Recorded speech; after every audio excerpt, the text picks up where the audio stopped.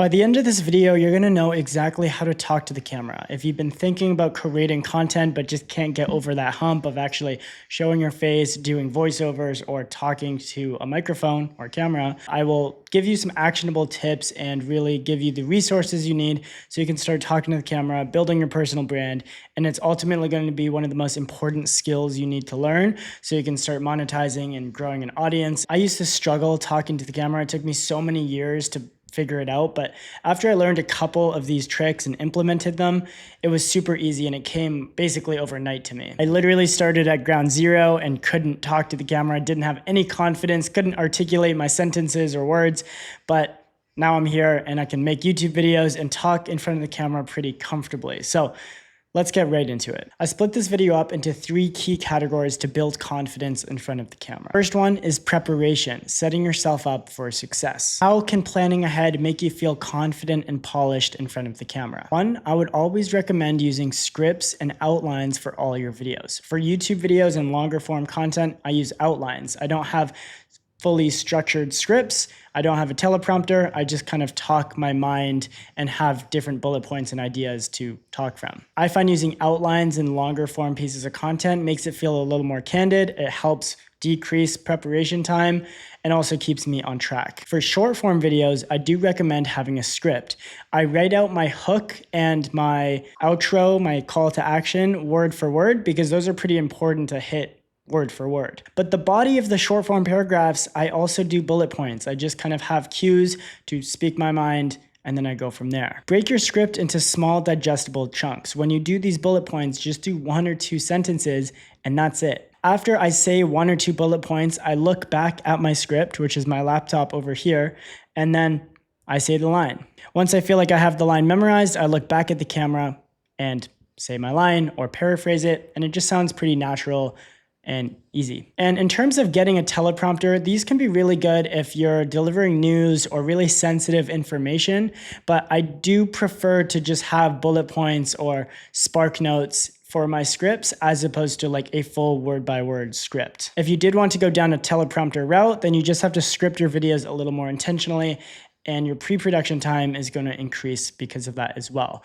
But there is simple attachments that you can just buy onto your camera or even iPhone, so you can just have a teleprompter and then read while looking at the camera. Next, for preparation before you film your videos, make sure you find a nice quiet environment with good quality audio. You want a nice microphone, and the most important thing for good quality audio is you want to be close to your microphone. That's why everyone uses these lav mics, shotgun mics. You want to be nice and close to your camera, and that's just going to make your voice sound the best. You also want to find a nice quiet room where you're not going to be distracted. There's not going to be too much background noise, because if there is anything in the background, it's going to pick up and ruin your video. If you're talking to the camera, it's important to have good quality audio. So make sure you take that into account before you start filming. It's really going to make you seem more professional, boost the engagement, and if no one can understand you, then you know you're not going to get your point across. So make sure you have some good quality audio. And that brings me to the sponsor of this video, Motion Array. If you're wondering how everyone makes good videos with all these sound effects, voiceover, transitions, and graphics, they're all using creative libraries. The one I use and what I recommend is Motion Array. Motion Array has all sorts of creative assets like voiceovers, sound effects, motion graphics, backgrounds, transitions, just general graphics and templates. They really have everything you need so you can level up your content, especially when you're filming longer form content like YouTube. Once you find something you like, you can just download it. I prefer to save it to folders so I'm nice and organized,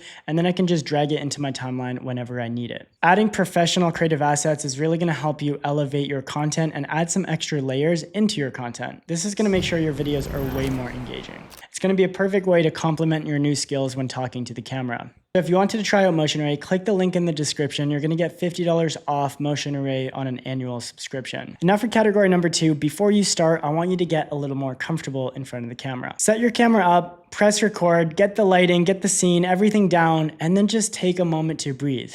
Do a little laugh before you actually start talking. Take a few deep breaths, and that way it's not so anxious when you start pressing record. Once that red light comes on and you start freaking out and talking a little faster, it's really just going to translate into your video. So press the record button, see the red light, and then just get used to it. Just let it soak in a little bit, have a little laugh, take a deep breath, and then start with your script. And at any point throughout your script, if you also need to just take a breath and relax, you can. It's literally just a little bit of extra storage. It's not that big of a deal. Editing is also going to clean up all of these little pauses. Like I spend sometimes 20 seconds not talking to the camera, just sitting here, relaxing, thinking of my next topic. And when you edit the video, when you see the video, you don't really think about these things, but all creators are doing it. And once you start talking to the camera and saying your script, I want you to pretend like you're on FaceTime with a friend. Treat the camera like it's someone you know and trust, and you're just having a conversation to that person about the video you're making. Right now, I can just imagine one of my friends looking to get into content creation and struggles talking to the camera. And then I can just have a candid FaceTime conversation or a FaceTime rant with that friend, and it comes across a lot more natural. It's really gonna help reduce the performance pressure and also going to make you way more chill and approachable. And it's gonna make the viewer seem like they know you a lot better. The next thing is practice does make perfect. You are going to have to do it a couple times. You can say your lines a couple times. You can even film the same video start to finish a couple times. Don't be so hard on yourself. Just do it, relax, and then go about your day. If you really wanna get good at articulating your words and speaking in front of the camera and improve your abilities to speak in front of the camera, you can pretend in your mind in the shower whenever you have some time that you're saying a script or saying a video, and you just kind of like put in some extra reps even when there's a camera not around. Kind of silly, but it will help and ultimately just improve your communication skills. And then obviously you can translate that to when you're recording. And before we move on, editing is really gonna save you. Editing is like what makes up 90% of the video. So if you're rambling on, don't worry about it. You can just take it out in the editing. And now for number 3, we're focusing on the delivery of the message. How to actually sound natural, clear, and connect to your audience through the camera. Make eye contact with the lens. You want to look right in the middle of the lens. If I'm looking off to the side or looking at the little screen beside the camera, it's going to have a little bit of a disconnect to the viewer. So ideally you want to be looking right into the middle of the lens, or you can kind of be looking out like a podcast style setup and then back to the actual lens. Don't look right to the side of it or in the little mirror there.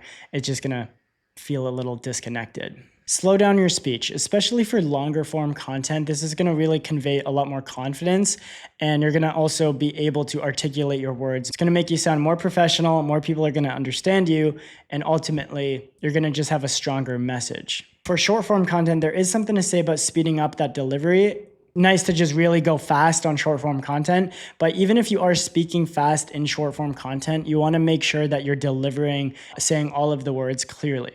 So I wouldn't say it's worth it to get anxious or worked up because it's still going to come across a little rushed and weird, but you could technically speed it up a little bit for short form content if you can. Also, side note, do not speed up your voice in post-production. It's just going to sound a little weird. Even if you do like a pitch adjustment, it might just come across a little odd with the pauses and the way you're pronouncing your words. Just speak faster when you're talking to the camera. Even if it takes multiple tries, that's better than like speeding it up in post. Next, you want to reduce filler words. Ums, ahs, likes, buts, all of that. You can just replace them with silence. Take a little breath. It's going to make your communication and articulation as a whole way more powerful. So try and do that as you can. And this is something to practice just in life in general. And then obviously that's going to translate to when you're recording videos online. When you're reading off of the script for smooth delivery, I follow something called the 4-chance flow. Let's say I have a bullet point and I need to talk about a specific thing, like the 4-chance flow. I'm not going to spend more than 4 chances on this one line because then I'm just going to start tripping and getting a little stuck up and getting in my head. So once I mess up 4 times max, I just move on to the next bullet point and continue on with my script. If I've messed up a whole bunch and have to record the whole video start to finish, that's better than just getting worked up and anxious and stressed out about this one little section of the video. It's also going to be way easier for you to edit because you know you got it on the 4th time and you're not going to be wasting extra time doing that. So just say your lines up to 4 times and then just move on. Typically, you can make it work in the editing or just skip over that part in general. It's not that big of a deal. And lastly, when you're reading from your script, keep it concise and to the point, especially with short form content. You have your bullet points, make them specific, and don't ramble on too much. You need to create an effective story. You wrote a script and an outline for a reason. So don't go on about like a whole story or a side quest if it's just not adding to the video or directly entertaining or giving value to your audience. Say a few extra couple lines, you can paraphrase a few sentences, but then that's it. Try not to ramble on too much, especially for short form content, especially if you're just getting into content and you have to edit your own content. It's just going to be a whole mess. So keep it nice and concise. If you have lots of ideas, you can make separate videos for those. Talking to the camera doesn't have to feel awkward or scary. It's just a bit of practice, a bit of preparation, and just taking a few extra breaths before you start recording. It's important to show up authentically on camera so then you can actually connect with your audience, build trust, and if you ever want to monetize your audience one day, it's going to be important so you can actually have a voice online. There's a big trend right now with faceless creators and just like ghost creators and stuff like that, but realistically, it's going to be so much harder to sell your services if there's not a face or anything associated with your brand. So yes, it took me a long time to learn how to talk to the camera, but if I knew these tips, it would have sped up the process so much faster.